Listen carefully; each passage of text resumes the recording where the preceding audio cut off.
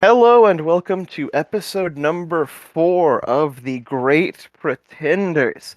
And finally, the league news cycle has seemed to slow down to a reasonable pace and no longer at the ludicrous speed it's been for the past several weeks. So not as much general news to get into today. So we're going to do a first round mock draft going forward here for the upcoming draft.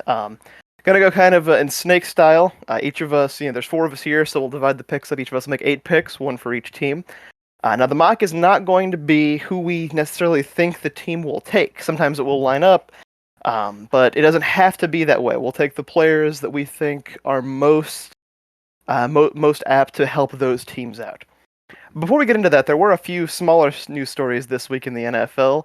The biggest one of which being the change to the playoff overtime rule set. The league has changed the rules so that both teams will now receive a possession in overtime.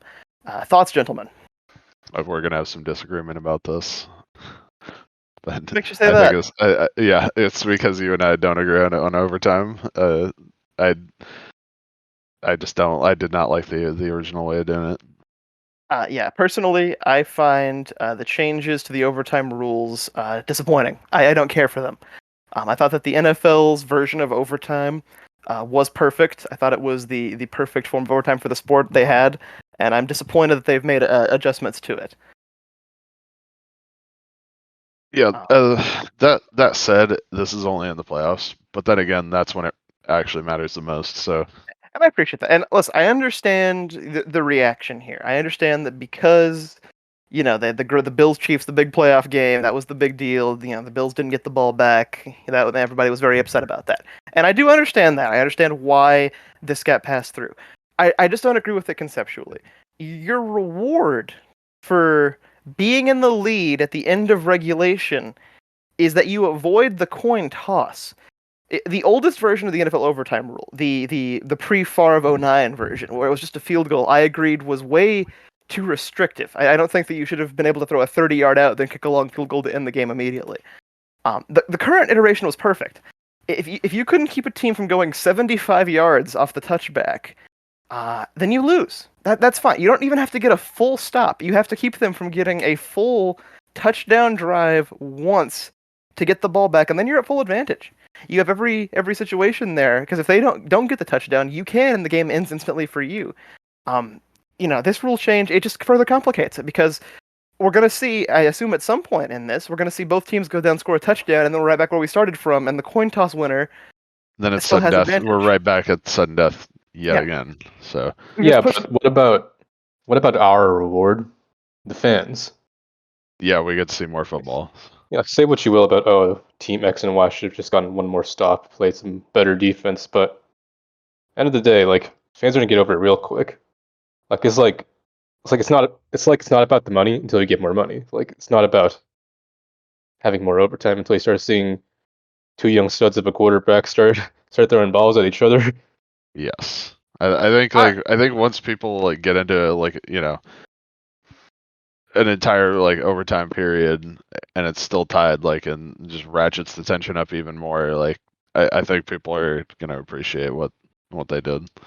This isn't some game ruining thing. I'm gonna stop watching. No, this isn't gonna affect my enjoyment of the game whatsoever. I just thought the previous rule was the perfect balance of tense versus opportunistic.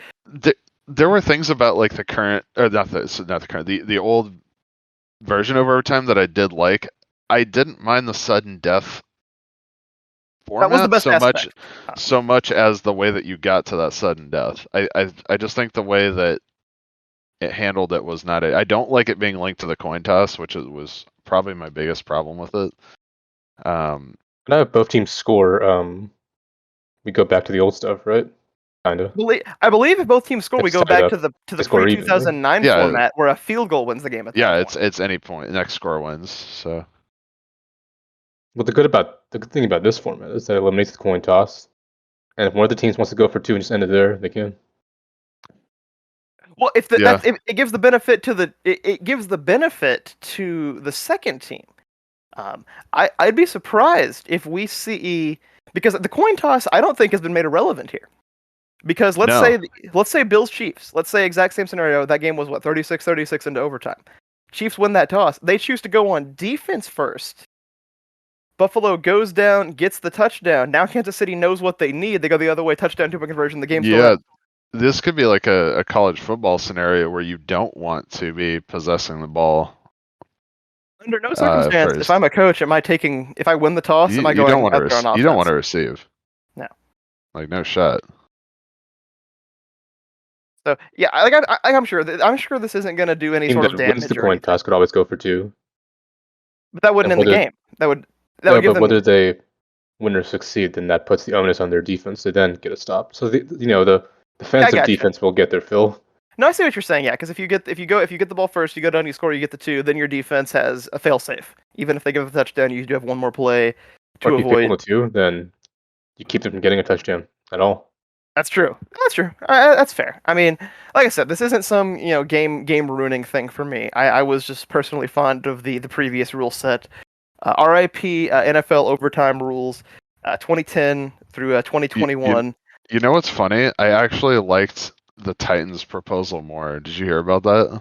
Did you hear what that was? Was that the Titans proposal? Was the alternative one? right, that didn't get picked up? It was yeah. The Titans proposal was the one where a 2-point conversion ends the game automatically. Still. Yeah, but if they kick awesome. an extra point, then the other team gets to possess the ball. I like that. Actually, I loved that. The one I liked the best, the one that was not brought up by any of the teams, that would have been perfect, was one you actually told me about after the Bills Chiefs game.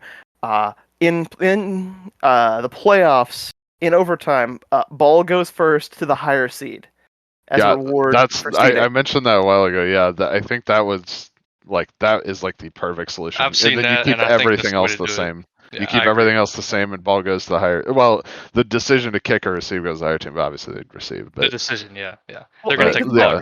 Because the fact of the matter is, then it's then you're the higher seed. So I liked that suggestion so much that I'm willing to admit I would have preferred that to the format we had, because then you could say the Bills didn't lose on the toss. The Bills lost because they didn't beat the Jaguars. Exactly. Yep, I like that. It's like, well, you want the ball, don't lose the Jags. Yeah. So staying in Florida, some late breaking news here at the time of the recording. The Tampa Bay Buccaneers will have a new head coach this season, as Bruce Arians has stepped down and retired. I believe moved to a front office role, and Todd Bowles is getting his second go round as a head coach in the NFL after his stint with the Jets. Robbie, much like the pawn stars say, you're our expert here on the Buccaneers. So how are you feeling about Todd Bowles as the new coach?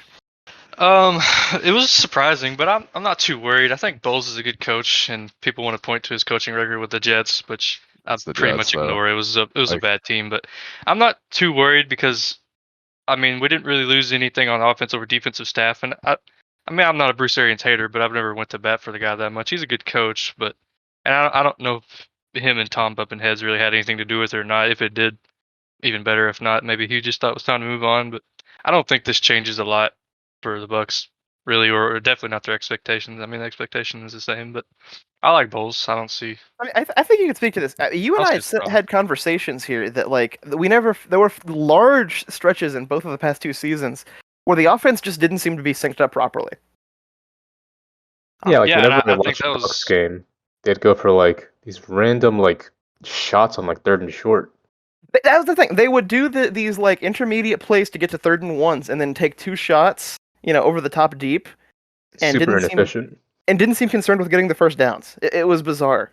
You got and you got one hell of an O-line to run the ball. Take the first down. Think about, despite all that, they still had the number 1 scoring offense. Imagine if they were a little more efficient. I mean, where could they get to? I don't think anybody here is saying that the Buccaneers were, that we would have been, we should have been the coach out there. You've watched games with me before, Caleb. You know how frustrated I get. Their 3rd down offense is so frustrating sometimes. The way that it'll be 3rd and 2 and they'll bomb it. I'm like, what are you doing? Just reset the down marker. I mean, you run off tackle on Wirfs. You think somebody's gonna, most teams can stop that? No, we've all watched games together. You know how I am. It's Rojo and Fournette aren't, they aren't Earl Campbell, but they can get you a yard, and then you can take your shot on 1st and 10. It was strange. And I don't know if that was Bruce's influence or because I think that Tom Brady and Byron Leftwich are pretty much on the same page at this point. I think it took some time in year 1 to gel, and we'll see how it changes. But Bruce Arians obviously wasn't letting go of the reins on a lot of them calls, if I had to guess. So. You and I were talking about this a little bit earlier, like I don't think he can't have been like that integral to the success of the team over the last 2 years. That's why I'm not really worried. I mean, I think he was a good motivational from a motivational standpoint. Good that kind of deal. But I'm not worried about. Byron is ready to run the offense by himself. I think he is. I think he should have been if he wasn't. I mean, if a lot of those things that we were talking about that frustrate us is Bruce's influence, then yeah, I'm cool with that being gone. I think Tom's ready to run the offense by himself. Tom is the head coach. Let's be honest here. He's Tom. I mean, he's the offensive coordinator. I don't think he's the offensive coordinator coach, at least. Yeah.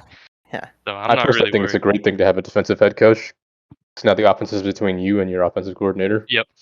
And Todd Bowles can still run his defense. He can run whatever he wants. So I'm not worried about it. It's hard for Todd Bowles to succeed. It's hard for Todd Bowles to fail, with the go-to quarterback in such a loaded roster. Yeah, I mean, continuity in the coaching staff. Bowles does not have to do that much. No, he really doesn't. Say a lot about him if this goes poorly, though. Oh yeah, we'll say a lot about him if they tank for whatever. If they're not good, but basically the same roster, maybe a little different than the last couple of years, then yeah, I mean that points directly to him. But I don't really see that being the case. I don't think it's gonna happen. But I mean, the only concern I would even have is Freddie Kitchen syndrome when he got the reins of that fantastic Browns roster a couple of years ago. After the good years, the quarterback up with Baker, and the team just nosedived. I think Bowles is just too much of a veteran to let that happen. I mean, he's been around. He's coached a lot of good football. That's the only situation I could think of where this could go poorly. Yeah. But I just think figure out it. Especially him being a defensive coach, I really don't. I really see this going pretty much the same. I'm not worried. When he landed out with the Jets, it was with Ryan Fitzpatrick at quarterback and the corpse of Brandon Marshall catching his passes. Yeah, it just wasn't. Obviously, he wasn't set up for success like he is right now. I mean, it was shocking. I was very shocked when this came out. You have the longest leash in New York anyway. Yeah, that's very true. Most coaches get 3 years per cycle, to test out if they're good or not. In New York, you get like 2, and then you're out. Yep. In New York, they try to give you 3, and then the fan base is so repulsed by the idea of more Joe Judge that you're out. Gotta move off it. Yep. The New York Times just rips you. New York media's. I can't imagine dealing with that every day. Yeah, most sports media we watch is just by the nature of where they have all the studios is New York centric. Oh yeah. And I mean, they just. Yeah, they'll lightly batter you and fry you like you're the calamari at Carrabba's up there. It's unreal. It's an expectation of success, even in the case some of those teams haven't been successful in a while, and it does take time. Now, granted, it would help if the Maras and the Johnson would hire good coaches, but I suppose. You think Saleh gets another year? Oh yeah, Saleh get another year. I think so. I think he deserves it. If the Jets finish 3-14 this season, he's done. And look at them keeping an eye on AJ Brown, Debo, DK. They're trying to get that roster good and trying to win now. Because Saleh knows if he doesn't win this year, he's probably out. I mean, I think that there's a certain level of expectation there. I think that if Saleh goes 3-14, he's done. But if the Jets, I'm not even worried about their record. If Zach Wilson doesn't develop any at all in his second year, I think, that's. They might be like, well, it's time for an offensive head coach. I don't know if that's fair or not, but I see them kind of doing that. It's probably not, because I do think Saleh is a really good coach. I think he's a good coach. I think he's getting a raw deal off last season. Going to the Jets is a raw deal. But he agreed to it, so. Yeah. So I mean, we'll see. I still have hope for him. I think that they're not in the worst space. As far as moving forward, I think Joe Douglas is drafted pretty well, honestly.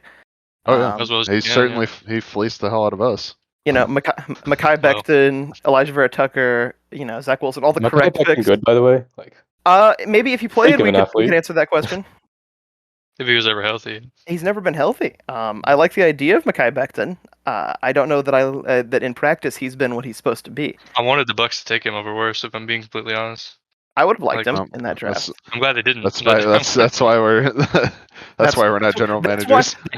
That's why we're the great pretenders. That's right. Speaking of drafts. Speaking of the draft, it is time now for the first.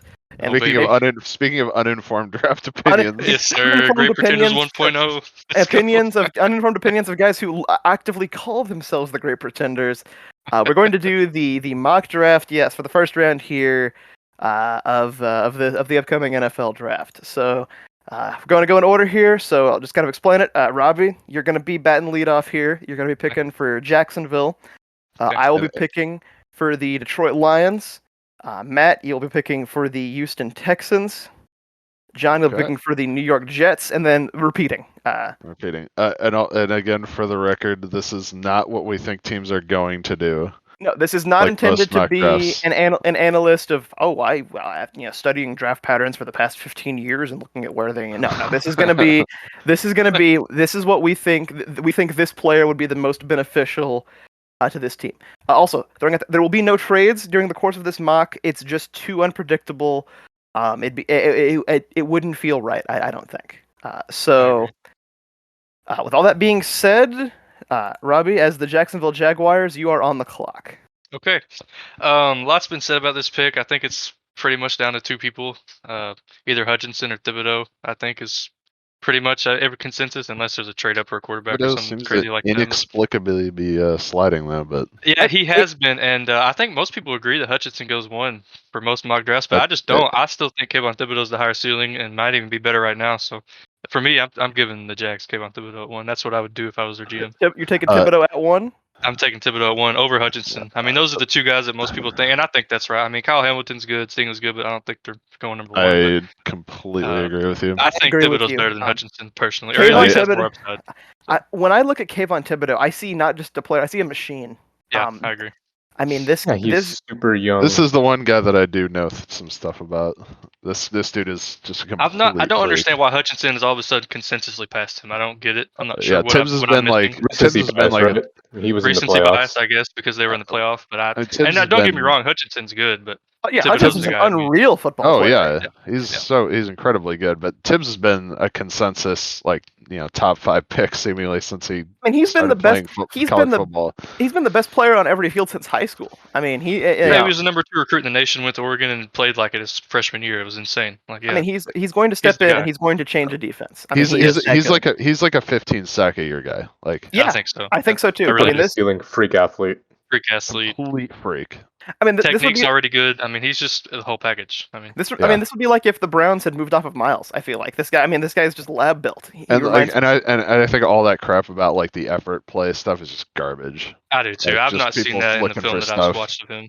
I really haven't seen that. You gotta remember. Let's look at last year's Defensive Rookie of the Year, Micah Parsons. There was a few analysts that said I wouldn't draft any player that skipped the year due to COVID reasons because I questioned their commitment. Whatever. Let's look at Micah Parsons last season. I don't think anybody can question his commitment. Yeah, that was just silly. But that's the guy for me for the Jags. I mean, I love Hutchinson, and if they do take him, they'll be fine. Yeah. But for me, it's Thibodeau. So. Yeah, right. This is base. This guy's the best player in the draft.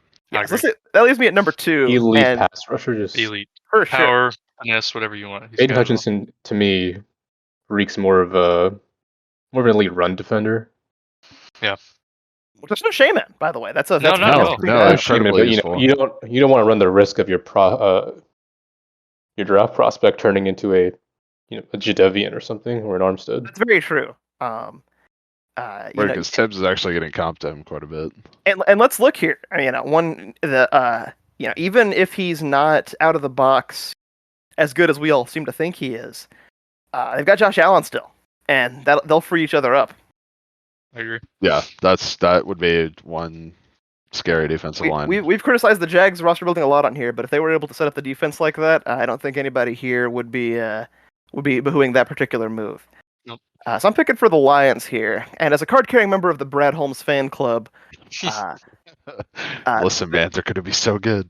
They're good. I've heard they're already fielding calls on the number 2 overall pick, which they continue to be so good at roster building for the past 365 days. But since we're not doing any trades, this gives a chance for a fantastic reunion. Aiden Hutchinson, the Wolverines finally beat Ohio State this year, got to the playoffs.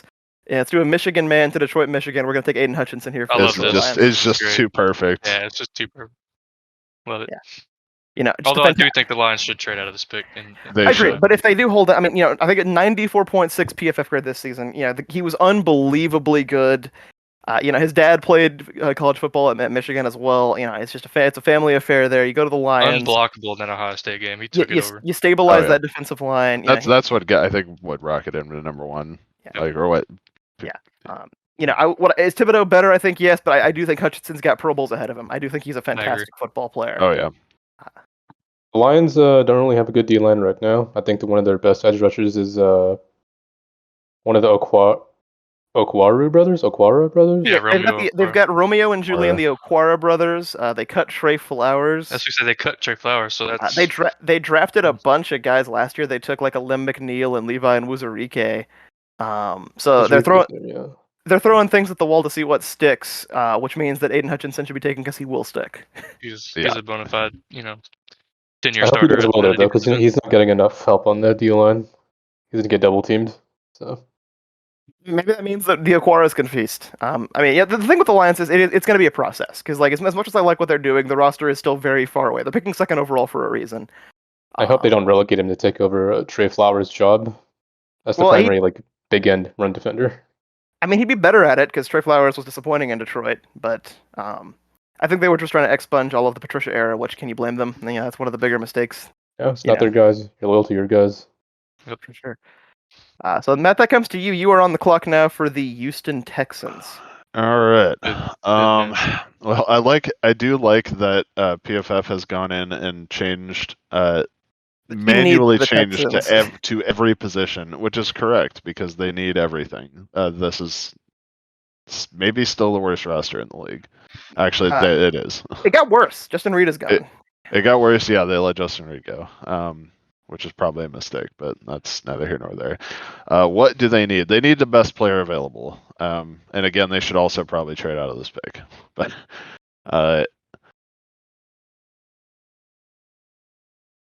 I'm going to go with who I think is the best player available, and that's Derek Stingley. Love this pick. I couldn't agree more. Derek Stingley, just this guy is DB out the box, man. Same thing as Hutchinson. It's a family affair. His grandfather, Daryl, played receiver in the NFL. He said his dad said Stingley Jr. has been playing football in some form of fashion since he was like 3 years old. Lab built to just be a monster. Yeah, he was on a team with Grant Delpit and Greedy Williams as a true freshman. He was the best player on the field on that 2019 LSU team as far as the secondary. I think Stingley, he may be the rose in the thorn bush for the Texans, but I think that's the right pick for sure. Yeah, Derek Stingley Jr. projects as an elite skill position player, but you got Pep Hamilton, you got Davis Mills, who if he probably stayed in for school one more year, he probably would have gone I imagine the best quarterback in this draft. Absolutely, yeah, that's fair. That's got a young quarterback who you're invested into. You're trying to make him work. You didn't take Baker back in that trade. You're clearly invested in Davis Mills. I personally would have gone one of the tackles, maybe one of the linemen. Yeah, I definitely considered going with Neil or Kwanu there, but to me, I know they have, and this is what I think they should do personally in terms of their roster is they should keep their left tackle at it, which have another first-round pick in the draft. They also have 13. First round definitely is the place to take a corner, but granted that they have another first-round pick, I would have rather maybe seen them take an investment into their young quarterback. Well, when we get to the Texans, it's possible that we'll see, because as deep as the tackle class is, there may not be a huge fall-off in the options there. And in the case of Mills, Laramie Tunsil is still on the roster. Yeah, so, and he's still relatively young for a tackle. He's 28. He's not a dead man walking out there. But to play the other side with John, of course, you boys know I'm never going to be who an offensive lineman pick. Oh no, yeah. I considered it heavily. I was like, I think Stingley's generational personally. But exactly. It was a simple best player available. This dude is the best player available. It's that simple. The injury concern is the only reason he's not. I mean, we're talking about a corner at number one. The injury stuff, It's the injury stuff. He was in consideration at number one for most of the past couple of years. Oh yeah, he's one of the best corner prospects. His 20 and people are saying he hasn't put anything good on tape since 2019. Have you seen the 2019 tape? Same thing. Micah Parsons didn't play, in 2020. Have you see the Parsons tape? Look what happened. Exactly.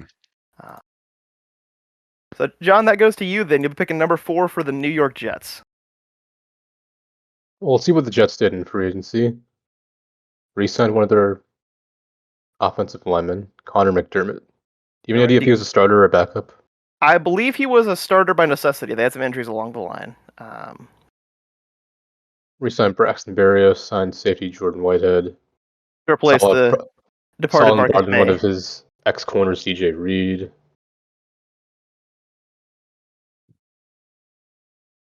Dan Feeney sounds like a backup offensive lineman. Yeah, just another one of the Tomlinson from us. Yeah, they gives them that contract. Gives them a starting guard to go across from Vera Tucker. Evan Coleman. That's been Jacob Martin. So, not the most flashy for agency. A lot of filler. So O-line still need work. The O-line. So I mean, it's going to be opening days should be Becton, Vera Tucker, McDermott, I believe. No, I'm sorry, McGovern. He's their center, McGovern. I believe he's the center. Yes. The right guard then should be Tomlinson, or they flip him and Tucker.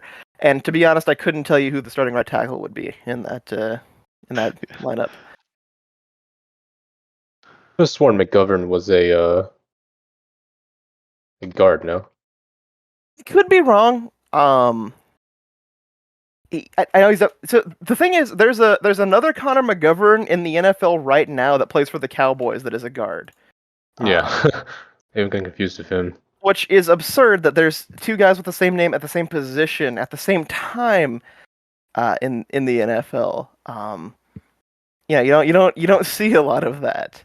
Connor McGovern already 28th. How do you do last year? He's listed as a center on the Wikipedia for the team. Connor McGovern is. And the team also has a Connor McDermott because this team refuses to be easy as far as the names go. But yes, I believe McGovern is going to be the center, as listed here. McGovernator. How much are they invested into this guy? I mean, he's over the cap.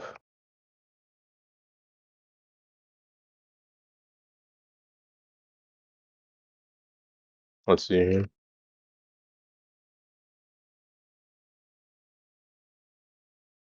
They also had Laurent Duvernay-Tardif last year at guard play for some time, although he's now a free agent, is left. I believe that Chuma Doja or Adoga, I'm honestly not sure the pronunciation, will be. Is he? Yeah, is he still there? Yeah, he's still there. I think so. Is he going to be the right tackle?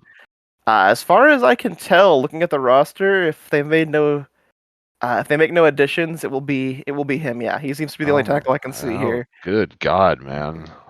I cannot. It will either be Adoja or George Fant. So. Oh. Dude, Connor McGovern will have a cap number of 10 million this year. So not the cheapest. They're invested on him. No,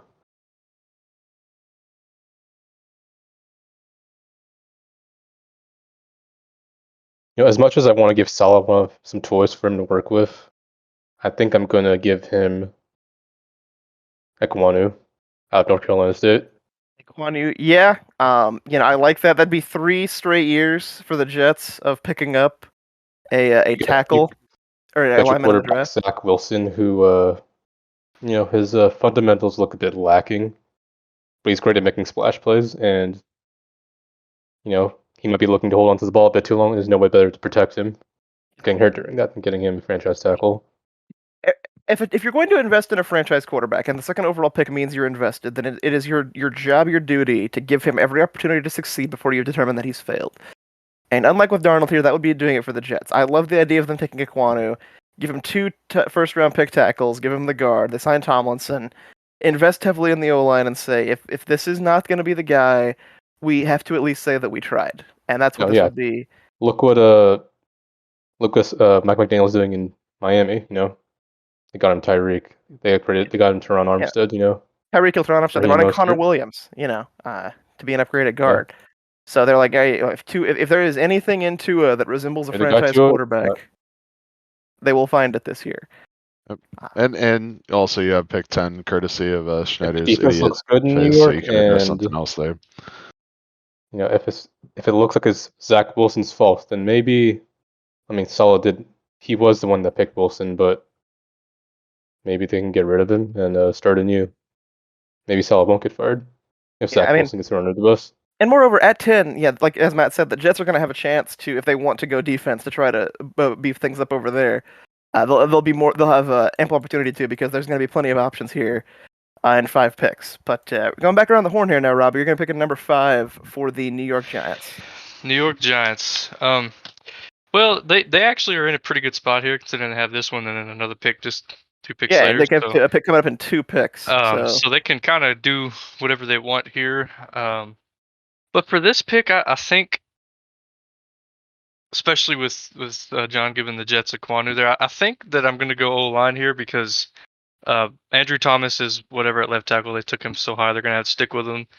They have a couple returners on the interior. I've seen where they signed Mark Glowinski from the Colts to, I guess, try to play guard. That's not a bad pickup. But apparently Andrew Thomas played okay for them. He played okay, I was think. okay last season, but yeah. either way, they're going to have to trot him out there. But I'm seeing a hole at right tackle who they tried to get Matt Pert, but he couldn't even beat out Nate Solder, who's bad now. So I think I'm going to go Evan Neal here, because, and I don't know if you guys seen his pro day today, but Alabama had their pro day earlier, and it was I haven't. insane, some of his drills. But he also was talking to reporters afterwards, and he said that he plays tackle, but he said honestly he would be cool playing guard, and he thinks he might even would do that on some NFL teams. So I like that versatility. I like that he's open to say that as well. So yeah, but his movement is insane at his size. I mean, he's 6'7", versatile. He's enormous.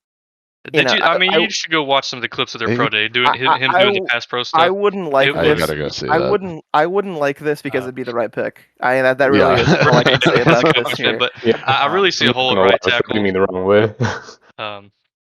So I see a hole at right tackle. Do? Yeah. And I don't know. But the 4 of us, personally, do we want to protect Daniel Jones?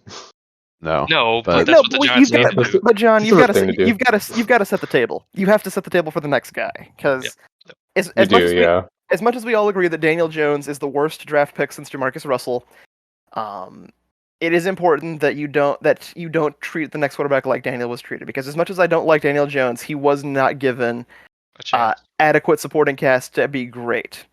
He was given adequate supporting cast to show potential, which he didn't, but not to be great. 2 bookend tackles on rookie deals is going to be great for their future as well. So I think that's the move, personally. If the Andrew Thomas from last year shows up again for the rest of his career, and Evan Neal there, I mean, the Giants are set up to start doing something there as far as offensively.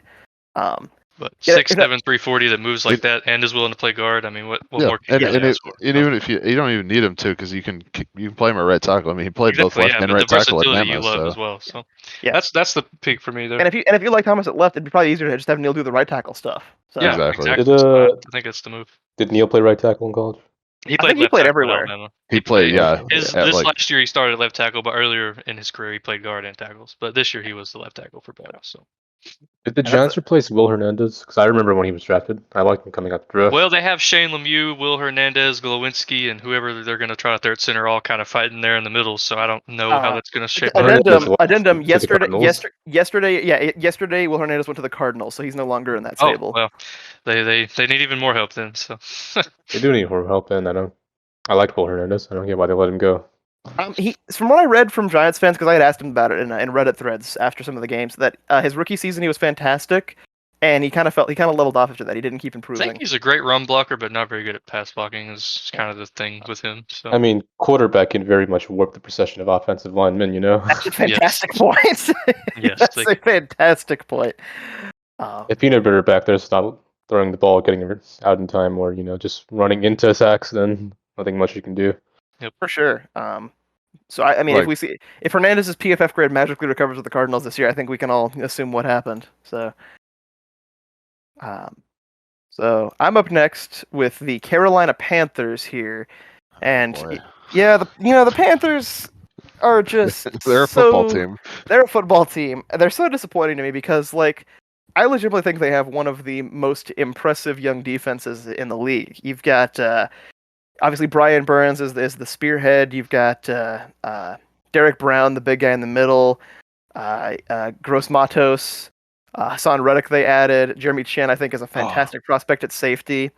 And then you've got that crazy corner room. Even without Stephon Gilmore, you've got J.C. Horn. They brought back Dante Jackson. They brought back Dante Jackson. Huge shame I got hurt. J.C. Horn. They literally stole C.J. Henderson from the Jaguars. Highway robbery. Hopefully they can fix him. Hopefully they can fix him. I mean, the table's set defensively. I think they're in a good place there. And then you have the offense. DJ Moore, underrated, has become unbelievable. Probably the most underrated receiver in the NFL. I wouldn't disagree. In terms of production relative to recognition. Exactly, because he's been chained to some of the worst quarterback play in the league. Just the absolute state of the guy. And I'd love to take a quarterback right here to give. It's what they're gonna do. The offense. It's what they're gonna do. Now hold on, wait a minute. I saw a report, I think, from Benjamin Albright, or it was someone. The Panthers were not listed as one of the teams that are looking for a quarterback or to take one.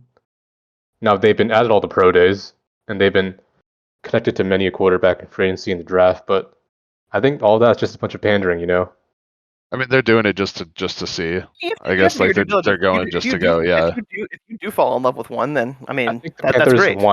I've heard the Panthers want our pandering quarterback in order to get someone to either take a quarterback above them or have someone trade into their spot so they can move down. Yeah, the old trade smoke screen. So even then, that seems a bit too smart for the Panthers. I have no feeling for what they're going to do. They're such a wild card. Yeah, football organization. Matt Rule, he's just the fact they didn't take Fields last year was completely insane. The fact they blamed Joe Brady for the offense not working with Sam Darnold throwing the ball. Give credit to Matt Rule for not bailing Urban Meyer, but he looks like he's been in a hellhole there in Carolina. Yeah. My man does not look good. No, I mean, so I've got a quote here from Scott Fitterer. This was reported by Field Yates. He said, quote, "This will be an interesting because tackles will be the best players on the board, but we do need a quarterback, and at some point you have to take a shot, especially the top 10. You hate to force it, because when you force it, you could make a mistake." This screams to me that he's got Pep Tepper saying, we need a quarterback here, and he doesn't want to do it. Thankfully, I am not beholden to an owner here, and I'm going to address the need. Was that the same report today that, I believe it was a Panthers report, quarterback or left tackle, and we could always go pass rusher because Brian Burns is coming up. They're picking up his option to extend his rookie deal until 2023. I mean, quote, we'll do it. We'll do the option, but if that money gets out of hand, it's better to have somebody ready to go in the hopper. Oh my god. This is such a. This is not how you run a football team. This is not how you run a football team. This is like I've said in he brought in McAdoo to be his offensive coordinator because nobody else even wanted it. Like that's the only guy they could get. I've said in passing before that I feel they wrongfully fired Joe Brady, and I think he's a quarterback coach somewhere. Yeah, that's the Joe Brady firing was a travesty. I hope he gets another Joe, you can't run the ball, or he will. He's so young. How are you gonna run the ball when your RB1's out? First of all, and then your quarterback's just trapped in the bed. So that closes down the run game. I mean, and then your O-line also sucks. This is what separates the bad teams from the good ones here. This offseason has been a big difference. Who knows what they're doing? Who doesn't? The Jags don't, and the Panthers obviously don't with that statement. Brian Burns is 23 years old here, guys. This is the kind of guy that you invest heavily in for the next 10 seasons. Yeah. Personally, I still think, I don't know if Jimmy wants to go there, but I think the Panthers are secretly a team that are high on Jimmy. They're broadcasting. They're just quarterback desperate. They're down bad. This is the most down bad I've ever seen a team. David Tepper has always been on Deshaun, and granted he didn't get the big fish. I mean, what is he going to do now? Swing for one of these quarterbacks? Sounds like the front office doesn't necessarily want to go quarterback. So I'm not a Garoppolo guy, but even I think he's the pick. He'd be the move I would make to add to that organization, just because I want a stabilizing force at quarterback, so I can use my high draft picks on positions where the value would be accurate. You don't have Kyle Shanahan, so you don't know what Garoppolo might look like. But what I do know is that he'll at least get you a respectable, maybe 9 and 10 wins with that defense. Some of those offensive weapons. In that division, you might. If nothing else, he's better than Sam Darnold. With all that being said, Charles Cross is the pick I'm going to give to the Panthers here. Makes sense. They said one of the the GM said himself, the tackle is going to be where the value is here. I agree. I think that the Panthers O-line is not fantastic. I believe I had Brady Christensen playing some tackle last season. It's not a position of strength. So Give him Charles Cross, work on the O-line, give McCaffrey better rushing lanes, just give him a good solid tackle. It's just the right pick for him. It really is. With that, leaves back to the Giants again. This time, the pick, Matt, you are on the clock for the New York Giants. Okay. So we already had them take Evan Neal. Yep, you have Evan Neal on the roster now, so And you've addressed the tackles. this makes the O-line serviceable somewhat. You could even say the tackles are good. You could almost go that far. So. That being said, what they should do here. Oh, I know what you're thinking. You do? I don't know what I'm thinking yet, actually.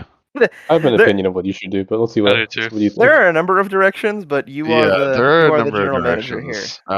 They do need edge rushers. I know that. Yeah, me and you have already talked about this pick. That's why I thought that this is why, And they do need edge pretty bad. I think they've addressed the O-line already. They can't really address quarterback, not with this class. Not this class. So I think we're gonna have to go. Edge here, and we're gonna take certified freak Trayvon Walker. I think that's an excellent pick. Georgia ahead of Karlaftis. Yes, they do need edge of a ball player.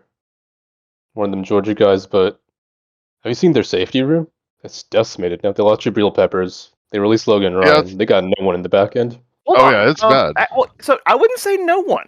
Is it ideal? No, but I still go to bat for Xavier McKinney. They took Xavier in the. Has he been playing out? In 2020, he's been buried in the depth chart behind Logan Ryan because they brought him in off the street for no reason and then started him for no reason. That's what worries me. He hasn't been getting the reps. He only get better at something. But Xavier's only 22 and he doesn't turn 23 until August. I'm not going to say, that he's going to turn into Ed Reed here, but I certainly was Xavier McKinn when he came out the draft. I'm just worried the organization has just befouled him. That's fair. A PFF grade is rookie season of 70. Last year of 75. And the reps they've given him, he's been pretty great. I think you got to see what you have with him instead of starting some other guy for no reason. I mean, you might want two safeties though. It is the modern NFL too high. No, of course. If he had got Hamilton and put him across from McKinney, I wouldn't have minded that pick at all. I did think about doing that. I just think, I make jokes about it, but I do take positional value into account, and an edge rusher is more valuable than a safety. Most definitely. I agree with building from the trenches, which is why I've been taking O linemen. Of course. Yeah. But Kyle Hamilton is just BPA. He's a hell of a ball player. He's a hell of a player. Whatever his 40 says. Yeah. I do. I don't think this needs to go on the hot take about, but Kyle Hamilton's 40 is going to be DK Metcalf's 3-con. I mean, this is going to be a joke. Yeah, exactly. This is not a slight against. This pick is not a slight against Kyle Hamilton. He's incredible. I think if these are the Giants are paying a bunch of they have a lot of assets invested in the D line, right? In the front seven, they're just mediocre. Yeah, they're overpaying a lot of dudes in there. I think they're playing Leonard Williams almost quarterback money. Yeah, Leonard Williams' cap number is $27.3 million. Oh my god. I forget just the absolute state that Gettleman left that team in. They've got to nail these picks because Trayvon Walker and Evan Neal would be the correct moves for that team. Bandits if they do that, yeah. They're the correct moves definitely, but looking at the grand roster, it's does this move the needle for them? Still not going to be a great team by any means. The aforementioned Logan Ryan that they brought in. You're doing the right things, but they're just I think the thing that would move the needle for them is you already have assets in those positions, and you're just. I mean, Daboll's going to have, and it's pretty obvious from the way they're talking, that Daboll's going to have this year that he can basically burn. He's like, you've chained me to Daniel Jones. You're going to give me a year here to let me get this worked out. And I think the Giants seem to understand multiple years. I mean, just with the of course, contracts that are in there. If things get worse, if they're picking number one next season, I think they understand. Okay, well, we see what he was trying to do. I mean, you look at the Giants. You look at the Giants' dead money, and I don't know. It's probably not the highest figure in the league, but it might have the most players here. Logan Ryan, 11.5. Solder, 4. I just signed with Tampa. Kyle Rudolph, 2.5. Devontae Booker, $1 million. Riley Dixon, $300,000. Sam Beal, $200,000. I mean, Shane had to go in there and clean house. Like they got an adult in the room and they immediately started getting rid of these fucking horrendous contracts. Yeah, I mean, the Logan Ryan move is emblematic of what the problem here. They had McKinney, they bring in Ryan off the street. I think it was like at the end of the preseason. They like him, so Gettleman gives him this massive extension. And now they've got 11.5 against the books, even though they've got a safety in McKinney that they need to see what they have with him because he's so young. I just feel for Dable and Showman. I mean, I know, like it's like they might not be successful. Giants feel wrong. Like how do I put it? Like it's like you buy a house to flip, and you walk in, and like the previous tenants, the owners, did some remodeling, but it's just like horrible. It's totally out of date. Like they did some remodeling instead of a big TV in the middle, like a big plasma screen. They've got instead of an open floor plan, they put up a wall between the family room and the kitchen. They've got one of those like high school CRTs strapped to like the roving cart. They got these ugly windows that are like painted green and stuff. It's just and they also busted up the foundation, so you can't build on top of what they've tried to do. Yeah, there's probably leakage in the pipes, but they just put carpet also Daniel over Jones it. lives there, so you know. Yeah. Yeah, it's like this is what they need to do in pick wise, but like this doesn't even move the needle for them in terms of being a good thing. I mean, yeah, with these 2 picks, they move from winning 4 games to winning 3 games. I mean, it's and I think they're both fantastic players. But it just it doesn't help because nothing can. You know, as a shame of it is to say for them. So, John, you're back on the clock with the Atlanta Falcons, and you could justify to me any pick here because they address any position, and I would consider it a massive upgrade. Oh, yeah, they also need every position. They do, except tight end, apparently. Yeah, that was a good way to start a rebuild. That was such. I mean, granted, they couldn't have known that they were going to trade away Matt Ryan, just absorb that giant hit. It's one of my least favorite picks of all time. They should have done last year and not take Kyle Pitts at all, but. I bet money on that, by the way. Yeah. They wouldn't do that, but they did. You could feel the sting in the vocal there of the Kyle Pitts pick. I mean, I thought it was a safe bet because it's such a dumb pick in concept. The only people in the room who didn't realize the Falcons were light years from a championship were the Atlanta Falcons. What do the Falcons do? I mean, I have to do what you guys did and reinvest in positions I've already have assets in. I mean, Atlanta have tried so hard at building an O-line, but it just keeps failing. Well, I mean, looking at the O-line here, I mean, Ryman's the next one on the board, and I love Ryman, but he's a bit of a fall-off from the first. Isn't there like tackles regarding like Caleb McGarry or something? A couple years ago, because they're idiots, they took Caleb McGarry in the first round, and he has as we'll call it the Madden curse of being ancient when they drafted him. They took Caleb McGarry in the 2019 draft. He is 27 years old already. Oh my god. As far as PFF, they gave him a 62 this season, 64 in 2020, and 53 as a rookie. He's not good. And then last year, what about that other one they took? The other offensive lineman? They took Chris Lindstrom a couple of years ago, and he was solid. And I like Lindstrom he's a solid guard. And last season, in addition, they took Jalen Mayfield from Michigan. And he put up a PFF grade of 49.2, held back largely by, if I remember correctly, a 0.0 pass blocking grade in the London game, the lowest in PFF history. Beating Billy Price's old record of 0.4. I thought 0.0 was going to be impossible, considering that was gap at guard, and then Jalen Mayfield came in and said, perhaps I can be of assistance. He led the league last season, giving up 11 sacks. Doing that at guard and not tackle is hard, man. Their off-season transactions just make no sense. Cordarrelle's back for some reason, and Matty Ice is gone. A bunch of players, but Matt Ryan's gone. Yeah. I mean, the roster's bottom Arthur 3, Smith. maybe bottom 1. Arthur Smith and his scheme and his lack of quarterback play, they figured it'd be a running team. And looking at their roster, I mean, I think I'm gonna go with Linderbaum. Gonna take Tyler Linderbaum. Okay, I like that. I like that. people say he is Wirfs-esque. Right, good and ready to go. Probably right. Got the box. I Quarterback of love your this O-line. pick. If you're running like a, I don't remember who or where Arthur Smith's scheme descends from. Like He Shanahan. was in Tennessee. He was he was the Derrick Henry guy. I know that, but who like where did his system come from? Like who did he like study under? Oh, I don't remember. Sure Give he me one was. moment. He's a run heavy scheme, so either way, in those like outside zone schemes, you do want He's a been solid, he was in solid Tennessee from center. 2011 through 2020. He may just be his own. He may just be homegrown. Yeah. So We I know guess Tennessee's run the ball and play action, so you want a solid center. Will stabilize your O line for years to come. so that lets you move Hennessy. Their center now to guard to get to Mayfield I off don't the know if field. I don't know if Hennessy is capable of doing that, but you just take like the most solid like blue chip player you can. I mean, That'll help build Hennessy your was team. solid last season. If you can't get Hennessy and Linderbaum on the field, then that's on the coaching. That's not on the players. Because I think that would be an upgrade. Well, I think one of us might be an upgrade over Jalen Mayfield from his London game, but I guess that's neither here nor there. But I like the idea of offensive line for Atlanta. Like I said, you could have given them anyone. Really wanted to go beat Cal Hamilton. It just hurts me that he's still there, but the Falcons just can't go with another skill position.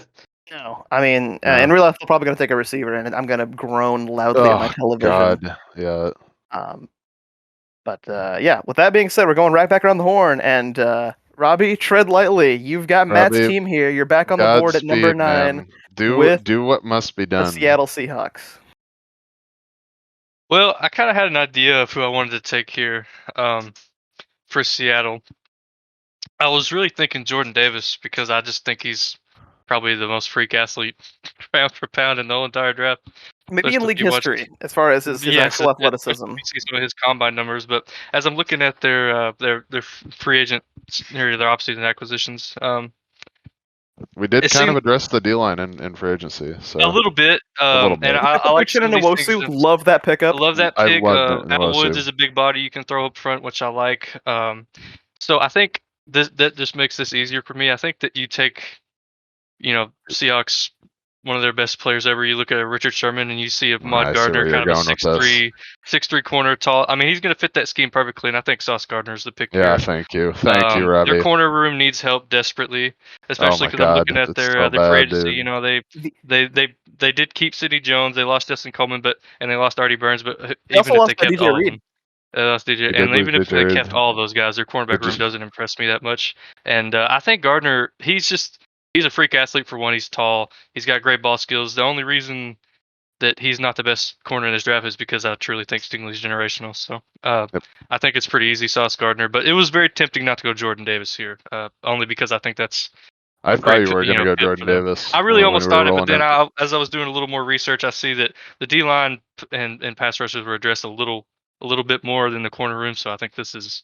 The only problem I have with this pick is that he doesn't get to pair with Shaquille Griffin, who they let go to the Jags in free agency last season.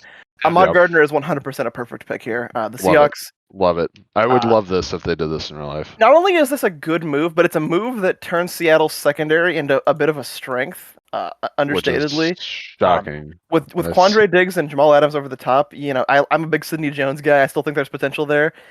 Gardner, I think, is an absolute dog.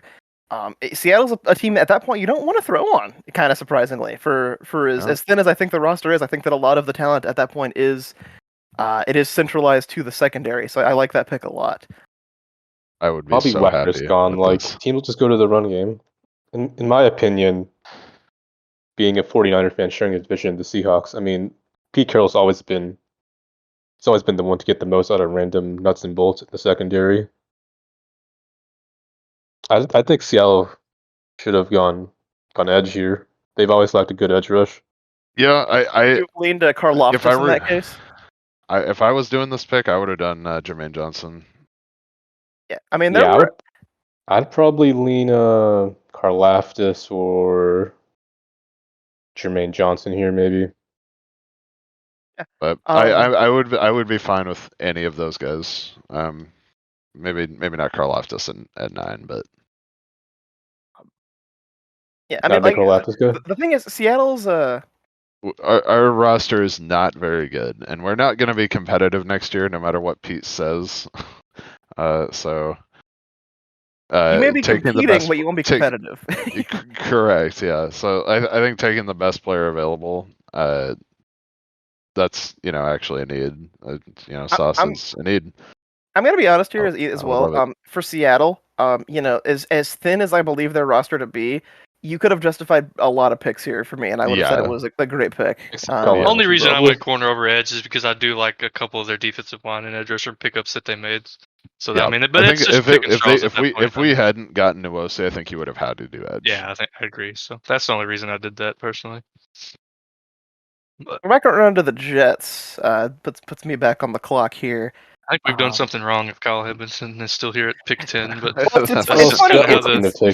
funny. It's funny you mentioned that because John gave him a Kwon Yu earlier. I adore that at 4. The O line, you can't. I actually like all our picks so far. To be honest, you should, but you can't take 4 offensive linemen in the first round in 3 years. And at this point, you have to trust the guys on roster at some point. So with Kwon Yu there, Marcus May is gone. Saul is a defensive guy. At pick 10, they're salivating. I'm giving Kyle Hamilton to the Jets. I mean, if this is how it shook out, that the Jets are making Saul it like patient. Let his guy come to him. Yeah, patient. Let his guy come to him. That's a great. I mean, there's not a lot to say about that pick. Kyle Hamilton's one of the top 5 players in the draft, and you got him at 10. So slam dunk. Slam dunk. I mean, really.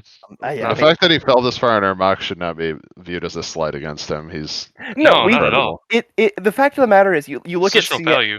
At Seattle. I mean, untenable. Couldn't do it just because. No, their safety room is actually their only bright spots. Yeah. We do not need a safety. There's just a whole lot more important positions to fill on your football team that we address. There's more positional value, and and you look at above Seattle, you've got a got lot of meat and potato picks.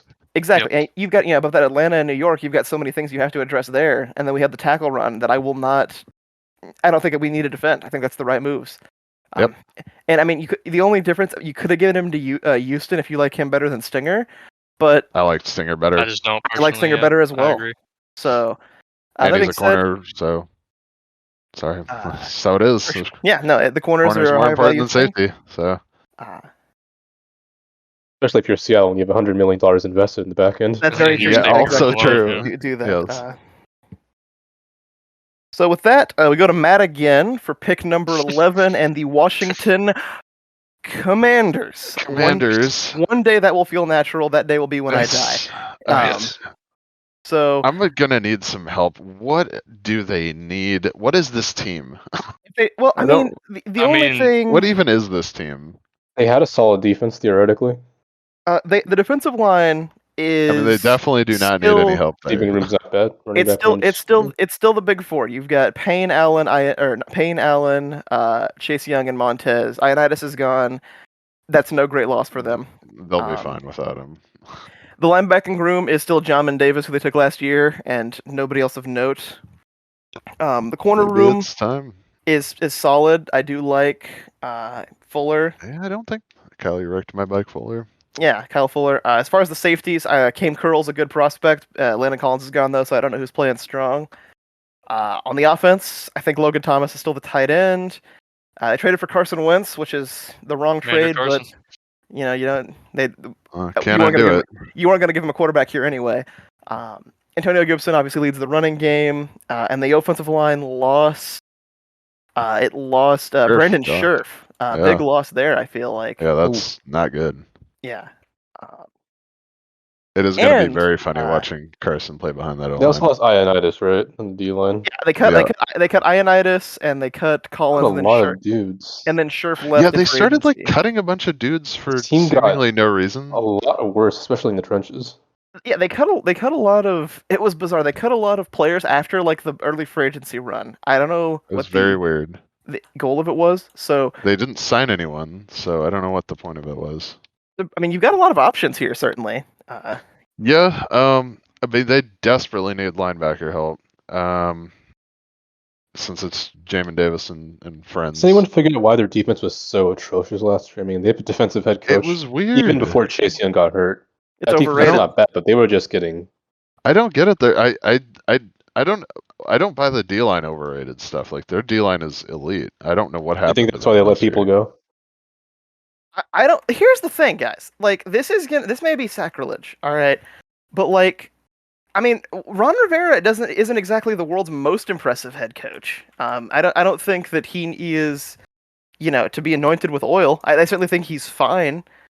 But you look at the last 2 years in Carolina were sub 5. I mean, he was with the Panthers for 9 seasons, and they were sub 500 in 6 of them. They had 3 winning seasons there, and he's yet to have a winning season in Washington. He was obviously at the spearhead of the 2015 team, that went to the Super Bowl. Obviously, you're not a bad coach wouldn't do that. And overall, it's just they've got 4 great defensive linemen. Maybe they just don't mesh well. It's possible, yeah. I think that's why they let Ioannidis go. It ain't working. So I'm trying to keep it the same. It could be. Okay, so I think I'm gonna go linebacker here. Is Jamin Davis? I don't remember. Is he like one of those? Is he like a one of those? I think he's speedy a pass linebackers. Guy. Yeah, he's a pass coverage guy. Yeah. If I remember correctly, he ran a pretty quick 40. Let me. So. It's the modern NFL. Never heard of multiple of those guys. Jamin Davis ran a 4.47. So. Sheesh. Okay. Yeah, I think I'm gonna go. He put up a PFF grade of 46.8, so I'm gonna give him another year, but things were not impressive for the start. Yeesh. In terms of Chase Young as well, Chase Young has 8 career sacks so far, and a PFF grade that dropped off by 12 points this season before he tore his ACL. It's just bizarre. I can't take edge rusher here. It's just not tenable. If you took defensive lineman, I'd consider it an offense. I cannot do that. I wouldn't go receiver. You've got your ex guy already. You've got Terry, you've got Curtis Samuel, and you took De'Ami Brown last year. No, you do not. They don't need receiver either. They do need quarterback, but again, we can't do that here.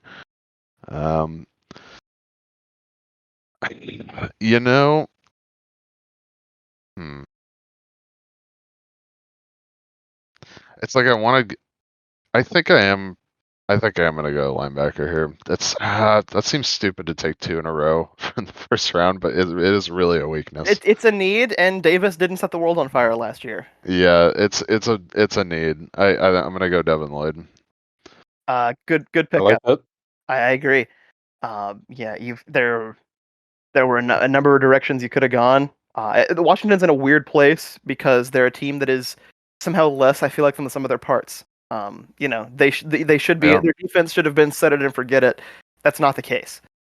So adding Lloyd, hopefully he doesn't show up for camp and decides to retire if he goes to Washington. But if he for their sake at least, obviously you got to hope that he can be a stabilizing force at linebacker. Let those edge rushers do their jobs and get that defense to a level that is acceptable.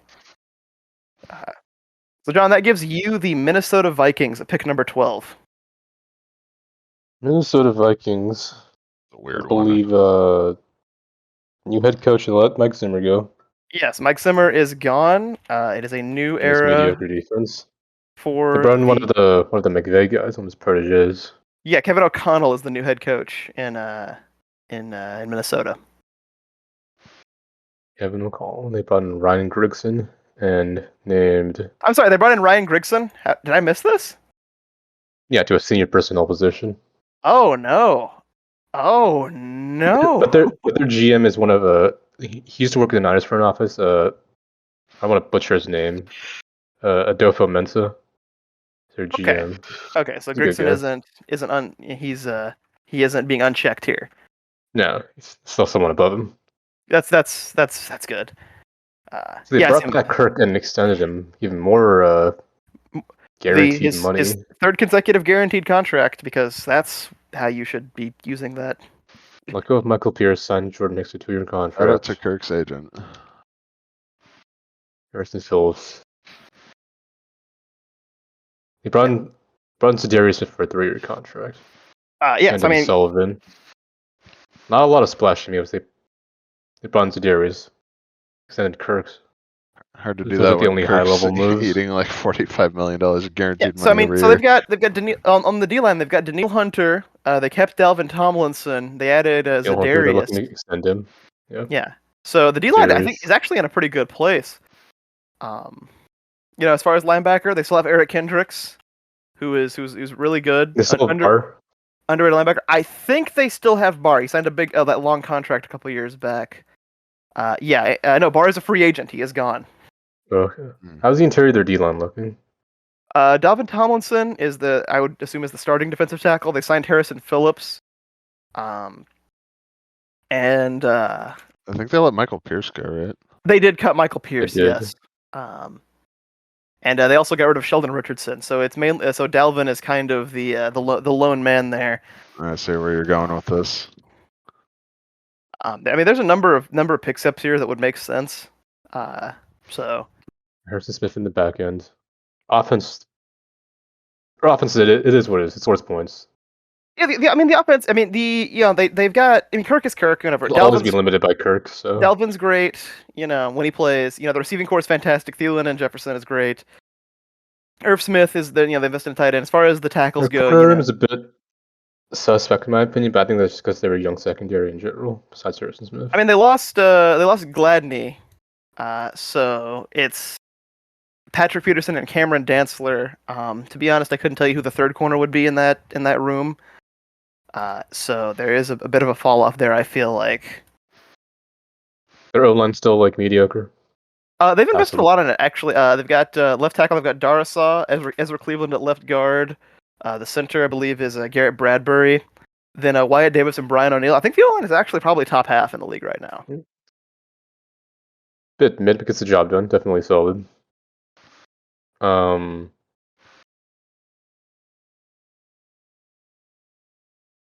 choosing between corner and interior defensive line. I know where I'd go, if it was me, I'd go corner with these guys. I would go with the defensive interior D-line personally. And didn't you say it's let a lot of defensive interior linemen go? Who's on the board? Michael Pearson and Sheldon Richardson are gone, yes. So I believe it's but I think they signed Harrison Phillips. So I don't know if he's like a 2-down guy, 3-down guy. I mean, he's fine situationally. Him and Dalvin I know is a real big boy. I think he's more of just a nose tackle. PFF loved Harrison Phillips last season, gave him 77. So I think the Vikings will be fine there. I'm torn here between Trent McDuffie and Devontae Wyatt. That's exactly who I'd be taking. If you're one of those asking guys. me, I would take McDuffie here. I like McDuffie a lot, so. Just their cheap came from the Niners. He probably believes in a inside out kind of building, and Trent McDuffie seems like a Mike Zimmer pick. That's a fantastic point. Actually, I agree. They took so many corners over the course of that. Just not me, right? I feel like they've taken so many corners under Mike No, Zimmer. they've taken Gladney, Dantzler, Mike Hughes, Trey Wayne, Mackenzie Alexander. I mean, you could keep going for a while.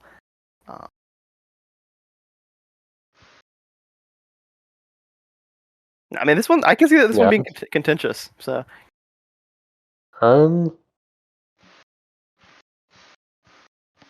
Vikings, Giants, Vikings, Bears. The offenses in their division don't scare me. I mean, Green Bay is going to be Green Bay. But yeah, I mean, it's just Aaron Rodgers. You know, amount of pointer plays going to. That's true. Rodgers. Yeah, he'll just drop it in the bucket on any one of them. So, I'm gonna go Devontae Wyatt here. Okay, no, I get it. At this point, the Vikings, it's if the defense isn't, it should Worse be of a run stopper, more explosive than he looks. Yeah, I mean, you look at him, you get Wyatt, Daniil Hunter, Zadarius Smith, Tomlinson, Phillips. That should be a really, really good D line. And that should, something they're on that should give the Vikings be able to play the game at the tempo they want, which is I assume is giving the ball out to Dalvin. Hell of a multi-sport athlete, yeah, for sure. And getting Kirk Cousins lots of play action opportunities. I can see this pick making a lot of sense.